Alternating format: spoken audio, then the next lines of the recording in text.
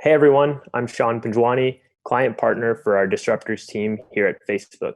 Welcome to this episode of Exec Connect. Today I'm joined by Alon, founder and president of BetterHelp. Hey Alon, how are you? I'm good. Thank you for inviting me. So, wanted to ask you several questions, but I thought a good place to start, given the environment that we're in around COVID, was to chat about what are the things that are changing and what aren't. So, more specifically, the first question that I wanted to ask is what do you think in this particular environment, what do you think are some of the things that will change back to the way they were before this pandemic? And what's going to continue to be here? Yeah. So let's start with what I think was more permanent. And I think the big change that is not going away is about consumer receptiveness in an adoption of doing things online, which sounds maybe a little bit crazy because we're doing things online for so long.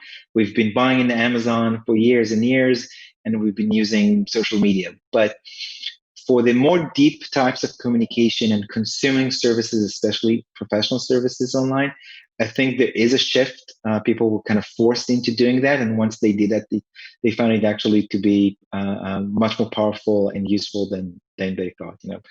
My wife never used Zoom until 2 weeks ago, or sorry, 2 months ago, and now she's doing everything from yoga to support groups, everything online. So that's I think that's change is here to stay because people found out that it is possible, and actually a lot of them like the experience much more than they anticipated.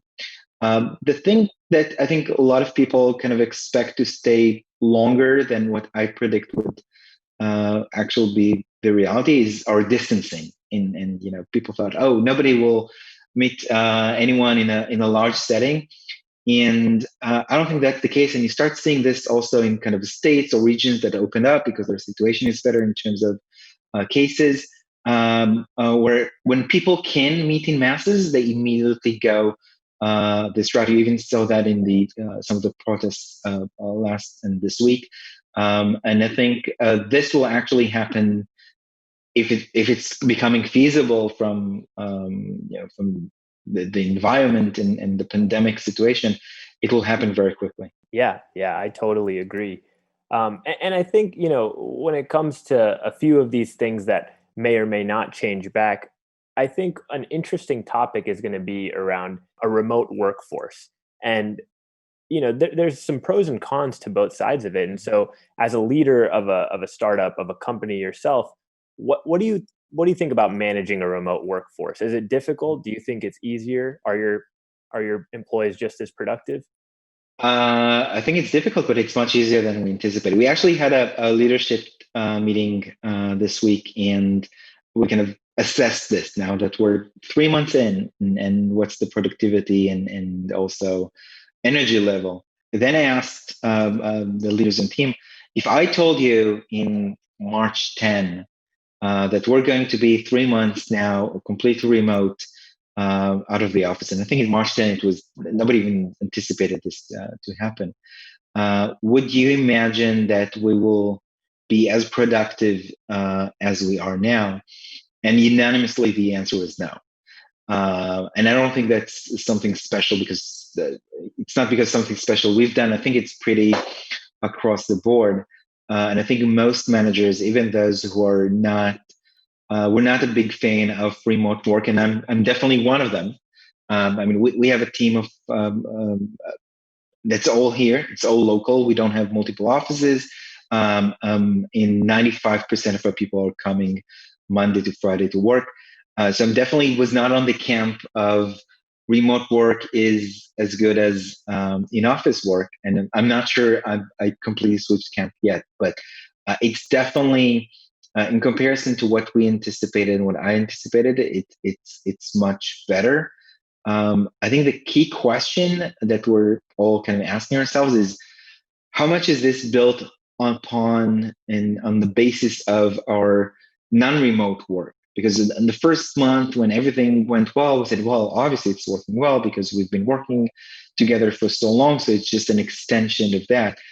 As time passed, this excuse is becoming less and less powerful. Like you can't keep saying, "Oh, we're working so effectively," just because we've been working in office for so long. When for 3 months and now even more, we haven't been.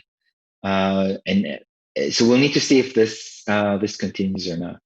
Yeah, definitely. And I think, throwing a wrench into that a little bit in terms of the productivity of a workforce. Right now, there's obviously a lot less distractions if you go outside to do anything because most things, at least Mhm. here in California, are still closed. So it'll be interesting to see what that looks like when we're back in the full swing of things, when kids are back in school, and when there's a lot of other distractions to a day to day life. But jumping into a few things that you talked about there, one of the things I wanted to talk about was company morale. I think here in Silicon Valley, company culture, team culture is such an important part of the workplace, and it's become more so over the past decade. How has working from home impacted that? I think it's a very individual thing, and I'm not sure people are able to analyze yet their morale, like as part of the work from home situation and as part of the overall situation. I mean, it's kind of a stressful, an anxious situation. Just this whole concern about the pandemic, concern about what's happening in the world, everything being closed, kids at home. There's just, from analysis point of view, there are so many factors and so much noise in the data. If you want to look at it from data perspective, that Mhm. it's really hard to isolate one factor or the other. Like you said, when things get more back to normal in non-work aspects of life, it may have different results. So even when morale is impacted, and we definitely see people that are having a hard time to function their best right now, it's unclear how much of it is related to specific work issues versus just everything that's going on, and there's so much going on. So let's switch gears a little bit. Let's talk about the industry. So for those of you that are watching that aren't aware, BetterHelp is a fantastic platform in the mental health space that helps connects those looking for a mental health counselors with counselors willing to provide that. And given this industry, I'd say over the last few years, particularly, has become something that is more top of mind in general. How have you seen that progression? And then has COVID impacted that positively, negatively, or is it about the same? So we've been fortunate to grow very quickly and very aggressively over the last. I mean, we started 6 years ago. In over the last 3 years, it's definitely been crazy, crazy growth. And you guys, as our partners at Facebook, have seen that as well and supported us in this growth. So we've been already in this trajectory. That being said, COVID was definitely a huge accelerator to this, and it went from something that moves quickly to something that moves exponentially. And we've seen a huge surge in demand, in consumer interest in this, and that's this is not just anecdotal or our data. You can see this in the very, very simple ways. Go to Google Trends and look for a term like online therapy.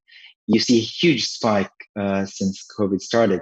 And you might say yes, because therapy in general is more sought out because people are more stressed and anxious. But if you look at this again, Google Trends and look at therapy, it's pretty flat. So I think that goes back to what I said about permanent changes, and that's definitely reflected in our industry, where online services and professional services provided online it become a norm, and we're definitely benefiting on that. So it's accelerating our growth, and some of it is definitely temporary. You lost your support system. You're more concerned about what's happening, less options in seeing people in person.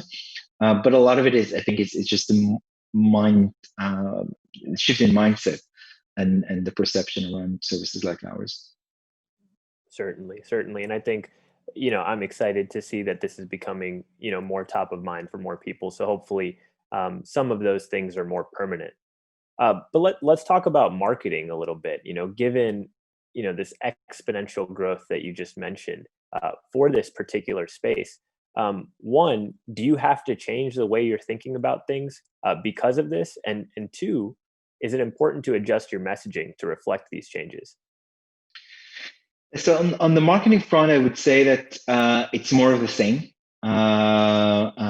We're definitely taking advantage of the environment. It's also people just being more home, consuming more media. Less advertisers are even able to advertise. So maybe in auction-based platforms like Facebook, it's easier to advertise. But it's not a change of strategy. And in terms of messaging, we took the conscious decision not to poke it, like not to have a messaging saying, "Hey, your pandemic is here. Everything is terrible. You're probably depressed and anxious. So here's BetterHelp and online therapy for you." I think people already know like their situation. You don't need to shove it in their face. We maybe have some delicate changes that relate more to the issues that people have now. But we decided not to go full force with a COVID related messaging. I think people are already having a lot of these messages, a lot of ads, and a lot of creatives now are kind of playing very bluntly into the situation, and people get tired from that. Yeah, and I think that's right. There's an important balance to strike between making sure you're not being too aggressive given the environment, but also showing empathy and showing that, hey, we're here to support you in any way that we can. And just as a observer, I've noticed that. You need to be relevant, but not annoying.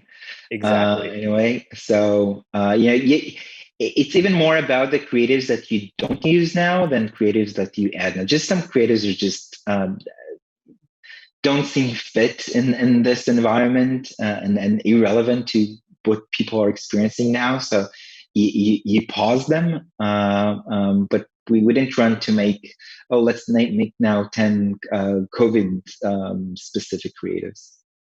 I'm so glad you mentioned that. That's such an important insight. And I do think that's top of mind for most advertisers. But you always see on online or on blogs of the brands that maybe trip up here, and that's never a place that anyone wants to be. Yeah, I think the worst actually is on TV. I don't know how much you watch TV, but the ads on TV, it's now almost a joke. Like they all sound the same. They all have this piano melody in the background. They all start with "in times like this," and I think people are kind of catching up on this and saying, "Yeah, it's that's becoming a cliche." We've seen this in the previous five ads, and I don't even know who's advertising to me now because they all sound the same. Yeah, I've definitely seen that. It seems like everyone is here for me, even the brands I never heard of. So let's talk a little bit about the future then. Given this opportunity, particularly in your space, but given this opportunity, are you making any investments or big bets for the next 12 months and beyond that this particular time gives you the opportunity to jump into? It's maybe counterintuitive, but I actually think it's a bad time to make long strategic bets because you're getting wrong signals on wrong data. And I'll give you maybe a kind of a concrete example. So we've been on and off on TV advertising. I just mentioned TV for a while. We actually before COVID we had a planned push on TV, and to test it again in a different way, in different manner, different strategy. This is probably the worst time to do something like this and make a new bet on a new strategic channel because whatever data we get now, and when you go to a new channel, the first thing you want is not necessarily to succeed in the channel. You want to learn. You want to see is it viable? Does it have polls? What are the things that work? What are the things that don't work? And now if you do that, you get all the wrong data and all the wrong feedback. So for us, in terms of let's try big new things, we actually say let's wait until times are more normal. So when we try them and we get data, would be useful data. So we're not getting false positive or false negative just because things are so not normal now. So let's leave the COVID topic. and just jump into this new world that we're living in, and maybe talk about how you personally are dealing with it. So I guess my first question there is, what are you doing to stay sane? Um, I think we're kind of lucky and fortunate in the sense that our work can be done remotely, and we're very relevant now. Like I have a friend who's an event planner, and she's the most type A person you can think of, very energetic, like, working 20 hours a day in normal times. And she's kind of lost. She's at home, but and nothing much to do. So I really feel fortunate that we can do our job remotely, but even more that we're super relevant. And actually now we're busier than we've ever been, and we can stay focused and busy, and distract ourselves also from some of the things that are going on. So actually, I don't feel in a place where I need a lot of help compared to other people. Um, Being isolated is an issue. My hack is just long walks, and making everything possible in a walk, because that's always an option. Nobody stop that from happening. But as long as you can be busy and creative, I think we'll be fine. I'm more worried about people that just can't do their work remotely, or even if they can do, some of it became obsolete or very challenging in these times. I totally agree. I think, not being able to do what you love or what you're passionate about in a time like this will definitely take a toll in terms of, how you feel, how you're feeling on a day-to-day basis. So I think that's such good advice. You also mentioned the walk. I live here in San Francisco, and um, I've been walking around newer parts of my neighborhood, like new to me parts of my neighborhood. And I just find myself constantly exploring, and then I'll get home and I'll realize I walked 5, 6, 7 miles. So just agreeing with your point that you can always walk, and there's actually a lot of stimulation in that, despite how mundane it sounds. Yeah, and the weather, at least right now in California, is awesome. So there's nothing better you can do. Like you said, that some distractions are off, and a lot of things you can't do. So this is one thing that you can do, and it's always available. You don't need to plan this; it's free. So it's the best hack I can propose. Yeah, yeah, for sure. Outside of the walk, and last question that I'll ask you: any other tips in terms of working from home? Seems like BetterHelp has been very productive as a company, and so I imagine you have a lot of good ideas around this. Um, each person has their own hacks. I would recommend. I bought a room divider. It's incredibly cheap. It's like $100. It's just divider that you can put up, and it gives a sense of isolation, and maybe a little bit of a real isolation if you have people running around. I have 3 kids, and sometimes you're in a big meeting, and you have even just the kids running in the background. It's cute at first, and then it's becoming distracting. So just it's a self-standing. You don't need to drill anything. You can order it, and it comes in a few days, and it gives you this a little bit of sanity and a little bit of sense of an office at your home, and even if you don't have a separate room for that. I love that. That's a brilliant idea, and that's actually one that I have not seen of or heard on any of these video calls over the last 3 months. So I appreciate you sharing that one. But Uh, all right, so that's everything. Thanks for the time again today, Alon. Really appreciate it. I love everything you and the BetterHelp team are doing in these times, and it's incredible to have witnessed this, and to seen where you guys have come from and where you are now. And I'm super excited for the future. thank you for having me.